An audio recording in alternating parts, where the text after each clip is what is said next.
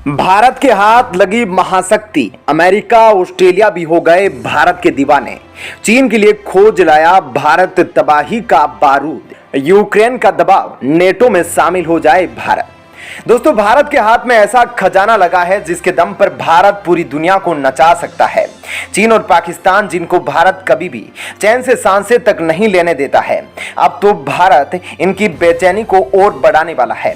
भारत को जिस पदार्थ का विशाल भंडार मिला है, इसके उपयोग से भारत अपनी सैन्य ताकत में हजारों गुना का इजाफा करने वाला है और साथ ही इसके उपयोग से दुनिया में भारत आत्मनिर्भर भी बनने जा रहा है। भारत के हाथ जिस पदार्थ का खजाना लगा है, उसको दो बहुत ही महत्वपूर्ण उपयोग है।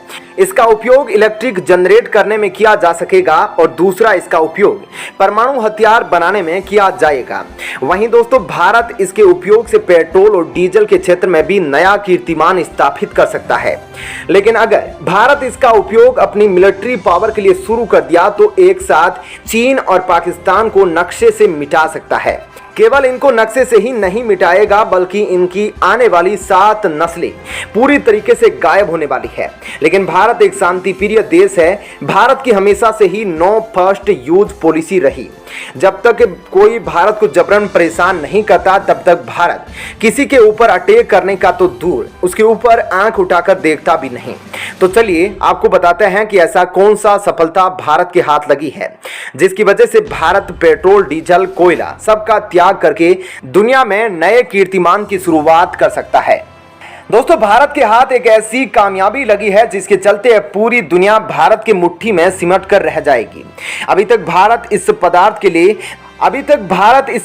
के लिए दुनिया के देशों से दर-दर की ठोकरें खा रहा था, लेकिन प्रकृति भी भारत पर मेहरबान हो गई। बहुत बड़ा भंडार भारत को मिल गया है। इस भंडार के आसपास के एरिया को घेरा जा रहा है। वहां पर आम लोगों की आवाजाही को बंद किया जा रहा है।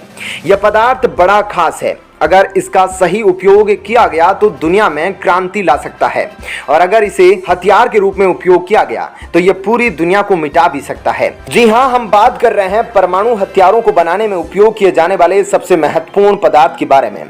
इस पदार्थ के द्वारा बड़े स्तर पर ऊर्जा के उत्पादन को किया जा सकता है, इलेक्ट्रिक बनाई जा सकती है। अभी तक भारत इन पदार्थों को दूसरे देशों के साथ लेने में डील करता था, तो सबसे पहले भारत को इस बात की सहमति देनी पड़ती थी कि भारत इस पदार्थ का उपयोग किसी सैन्य अभियान में नहीं करेगा। अभी तक आप समझ गए होंगे कि हम किस पदार्थ की बात कर रहे हैं। दरअसल दोस्तों, हम बात कर रहे हैं यूरेनियम की। वह यूरेनियम जिसके बिना परमाणु हथियार बनाना असंभव है। यूरेनियम के उपयोग को ठीक ढंग से कर लिया गया तो कभी भी देश में बिजली की समस्या उत्पन्न नहीं होगी।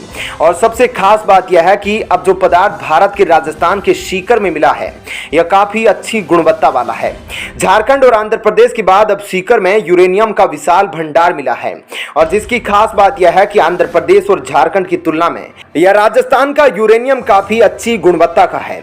सीकर में मिलने वाले यूरेनियम के बारे में बताया जा रहा है, यहाँ तकरीबन 1 अरब टन यूरेनियम मौजूद होने की संभावना है। आपको बता दें कि यूरेनियम सबसे ज्यादा कजाकिस्तान, कनाडा और ऑस्ट्रेलिया में पाया जाता है। अब जिस जगह पर यह यूरेनियम मिला है, उसी के आसपास कई तरीके के एसोसिएटेड मिनरल्स भी मिले हैं। इस जगह पर टर्मिनल बनना शुरू हो गया है। यहाँ पर 7 से 700 मीटर तक यूरेनियम दबे होने के संकेत मिले हैं। इस बात से जाहिर है कि कितना बड़ा भंडार यूरेनियम का भारत के हाथ लगा है। यह कई 100 सालों तक भारत के लिए उपयोगी साबित हो सकता है। वहीं तकरीबन 60 से 70 सालों तक इसकी माइनिंग चलने वाली है। यूरेनियम परमाणु ऊर्जा को उत्पन्न करने के लिए सबसे सटीक और सबसे अच्छा स्रोत माना जाता है। तो आखिरकार यूरेनियम के मिलने से भारत की कौन कौन सी जरूरतें पूरी होने वाली है, आइए आपको बताते हैं। इसके उपयोग से भारत की बिजली जरूरतों के साथ साथ परमाणु बम बनाने की ताकत भी बढ़ेगी। एटम बम, एटॉमिक एनर्जी के साथ साथ डिफेंस, फोटोग्राफी, दवा, मेडिकल इंडस्ट्री में भी इसका इस्तेमाल होगा। यह तो अभी शुरुआती जांच में पता चला है, सर्वे अभी जारी है और भी बड़ा भंडार मिलने की संभावना जताई जा रही है। वहीं अब मान लीजिए अगर यूरेनियम का 12 मिलियन टन भारत को प्राप्त हो जाता है, जिससे कई दशकों तक भारत को किसी दूसरे देश से यूरेनियम खरीदने की आवश्यकता नहीं पड़ेगी, और साथ ही भारत यूरेनियम के मामले में आत्मनिर्भर भी होने वाला है। आपको बता दें कि राजस्थान में सीकर डिस्ट्रिक्ट में इससे यूरेनियम का भंडार का पता चला है। और यह तकरीबन 1086 हेक्टेयर में फैला हुआ है। यूरेनियम के भंडार की जानकारी राजस्थान सरकार के चीफ सेक्रेटरी सुबोध अग्रवाल ने दी है। वहीं आपको बता दें कि 2018 से ही राजस्थान में यूरेनियम के भंडार पर सर्वे चल रहा है। यह तो अभी यूरेनियम के कुछ हिस्से का पता चला है। माइनिंग विभाग की ओर से बताया गया है कि राजस्थान में यूरेनियम के काफी बड़े भंडार दबे हुए हैं। भारत में यूरेनियम के भंडार की जानकारी जैसे बाहर निकल कर आई है, दुनिया में फिर से परमाणु हथियारों की बातचीत शुरू हो गई है। वह हमारे पड़ोसी देश चीन और पाकिस्तान दोनों के पास भारत से ज्यादा परमाणु हथियार है। वहीं भारत का खुद का यह यूरेनियम है, इसलिए भारत इसका एक्सपेरिमेंट के तौर पर भी उपयोग कर सकता है, क्योंकि अभी तक भारत जिन देशों से यूरेनियम का इंपोर्ट करता था, इंपोर्ट के साथ इस बात की लिखित सहमति देनी पड़ती थी कि भारत यूरेनियम का उपयोग किसी मिलिट्री कार्य में नहीं करने वाला है। तो दोस्तों, यह तो थी इस वीडियो की पहली खबर।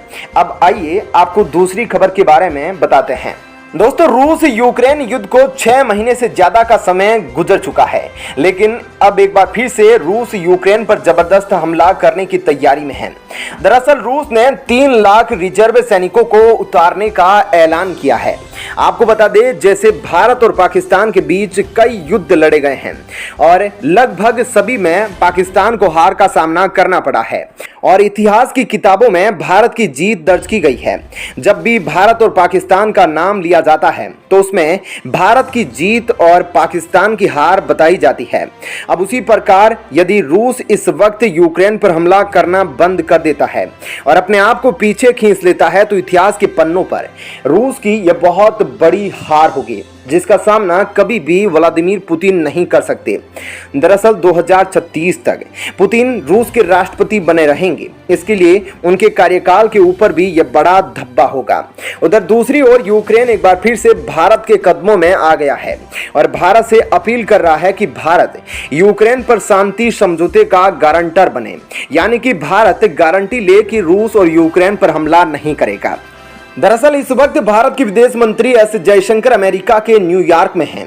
वहीं पर यूक्रेन के प्रधानमंत्री डेनिस से मुलाकात हुई और डेनिस ने कहा कि अब भारत को यूक्रेन की फोर्सेज में शामिल हो जाना चाहिए, यानी कि जो देश यूक्रेन की इस युद्ध में सहायता कर रहे हैं, जैसे अमेरिका और नाटो के देश, उसी में भारत को भी शामिल हो जाना चाहिए।